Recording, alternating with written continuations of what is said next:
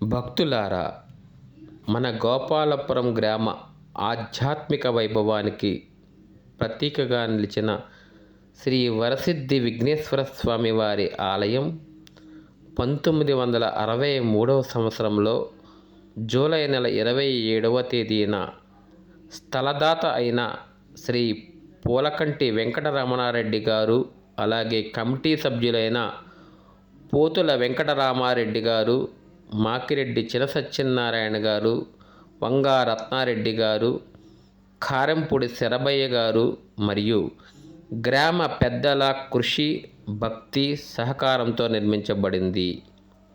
కాలక్రమేణా ఆలయం శిథిలావస్థకు చేరుకోవడంతో గ్రామస్తులు మరియు భక్తులందరూ ఏకమై ఈ దివ్యక్షేత్రాన్ని తిరిగి వైభవోపేతంగా నిర్మించాలని సంకల్పించినారు.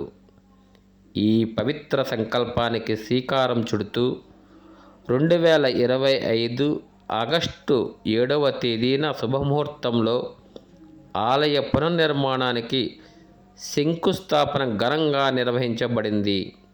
అప్పటి నుండి ఇప్పటి వరకు ఆలయ నిర్మాణ పనులు భక్తుల సహకారంతో వేగంగా కొనసాగుతుంది. ఇప్పుడు ఆ మహత్తర గడియ ఆసన్నమైంది.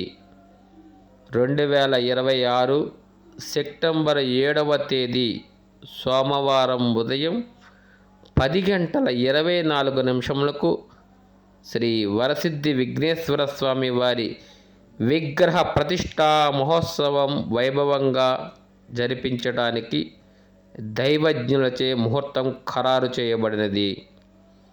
ఈ పుణ్య కార్యక్రమంలో పాల్గొని స్వామివారి దివ్య ఆశీస్సులు పొందవలసిందిగా భక్తజనులందరినీ కోరడమైనది.